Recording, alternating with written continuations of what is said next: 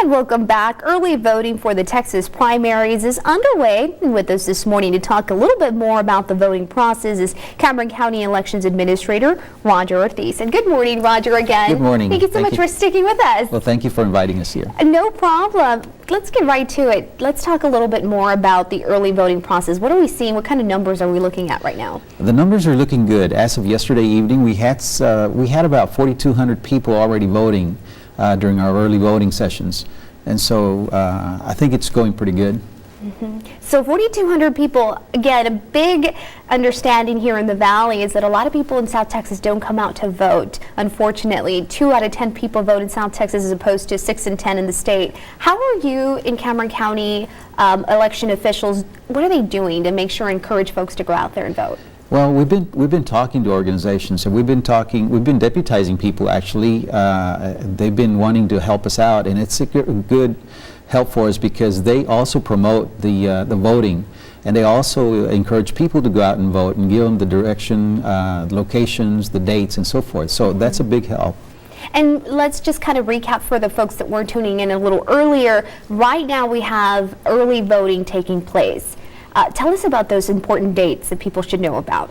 Okay, people should know that early voting takes place here in Cameron County, well, throughout the state, beginning May 14th and through to the 25th of this month. That's early voting, and I encourage people to go out and vote during these times because it's easy to go out at any location that is open right now to vote. Any precinct in the county, you'll have a ballot there at the location, any location you go to. So it's easier to vote during early voting. Yeah, no problems, no excuses, no you have to go to your precinct, none of those problems, just go to any location. And we're talking about what locations these are. You're talking about libraries, even going to your office there in Cameron County. Talk to us about the different locations you guys have. Yeah, we have our main office open, and our main office is open from 8 to 6. This week. Next week it'll be open from 8 to 8, which is a whole day, more than a whole day. But we have other locations, the Public Library in Brownsville, the Harlingen Annex in Harlingen, the San Benito Community Center, Los Fresnos Community Center. We've got other locations such as in Santa Rosa will be open next week. Rio Hondo will be open next week also for a few days. So we do have a number of locations open to make it available for people to go out to vote.